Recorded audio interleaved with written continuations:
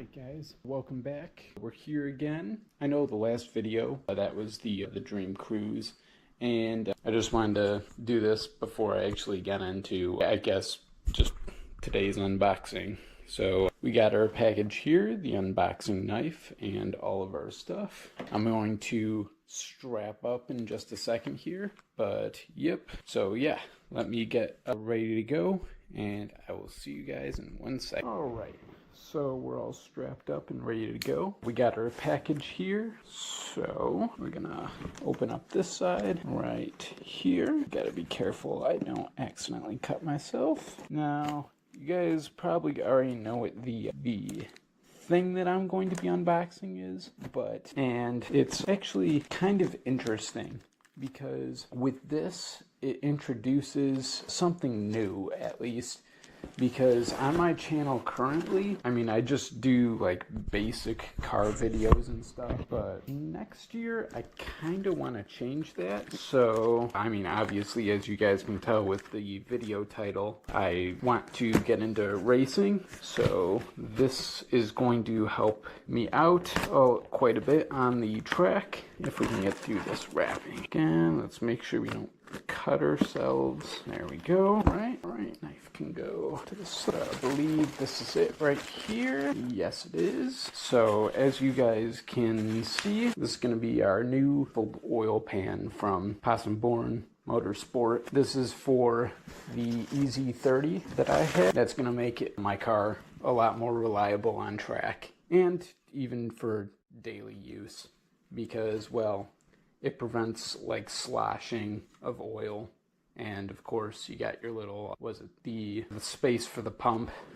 going right through the middle. So we'll have to get this installed, and once that happens, I'll probably make a video of that too. And of course there's probably going to be more parts to come in the future. So at least for now, thank you guys for watching, and I will see you next time.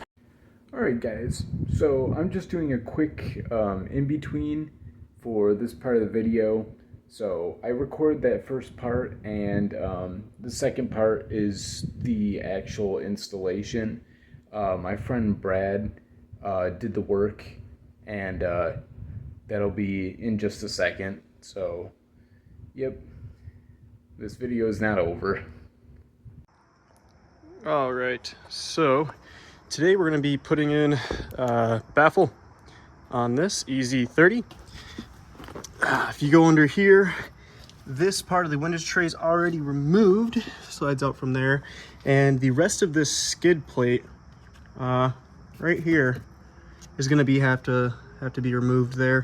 There's a bolt there, should be one on the other side as well, and then if you go over to the fender liner here, there's a bolt right up there. Grab that, get this all down. As you can see right there, we have our oil pan that we're gonna have to be taking out. Looks like there's a little bit of a leak coming from either like the valve cover or the timing cover. I can't really see for sure. Definitely one of the two though. Just a tiny little leak there.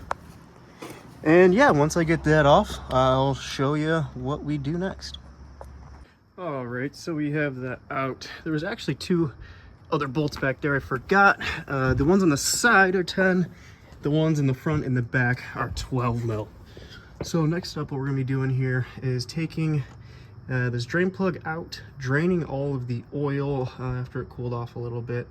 And we're gonna take all of these bolts out, and we're gonna try and carefully pry away the pan from the actual engine itself. You have to be really careful just because it's aluminum up there. Very easy to gouge, and although we're using RTV, we don't want any leaks, especially with this baffle, because it's actually going to sandwich in between. So we're going to have two different RTV mating surfaces, so very easy to have a leak. But yeah, I'm probably also going to clean up a little bit of this oil. Also, from looking up there, it might be a power steering leak, but we will focus on that after. Right now, so we're gonna empty the oil out. Now once that's all out, we're gonna take the pan off. All right, the pan is out. If you look right there next to where the drain plug is, that's a magnet. There's gonna be a bunch of little metal shavings on there. While you have this off, you might as well wipe those up. So we're gonna wipe that off. We're gonna clean up this whole pan here, the mating surface on it, also the mating surface on the engine, and then we're gonna start setting up the RTV for the baffle. All right, so after a ton of machining and bending, we have it in. Can't really see it, unfortunately. But right now we just have it RTV'd up.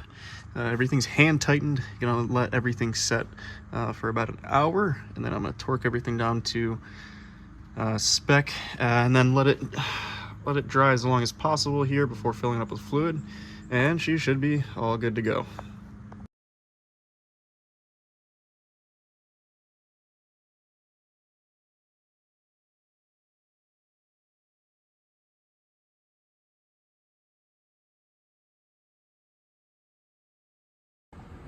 All right, so hopefully the camera does it justice here. This is after the polish up right there, and that's what it looked like before. Quite a big difference there. So the visibility out of this is gonna be way better, looks a million times better, and yeah, should last for at least a couple of months. The best way to do this is going to be with sanding it down, hitting it with a 2-part clear coat. But this right here is hit with a sealant and everything. So it should stay like this for at least a decent amount of time and not get like that. So yeah, now we're going to do the other one and we'll be all set there.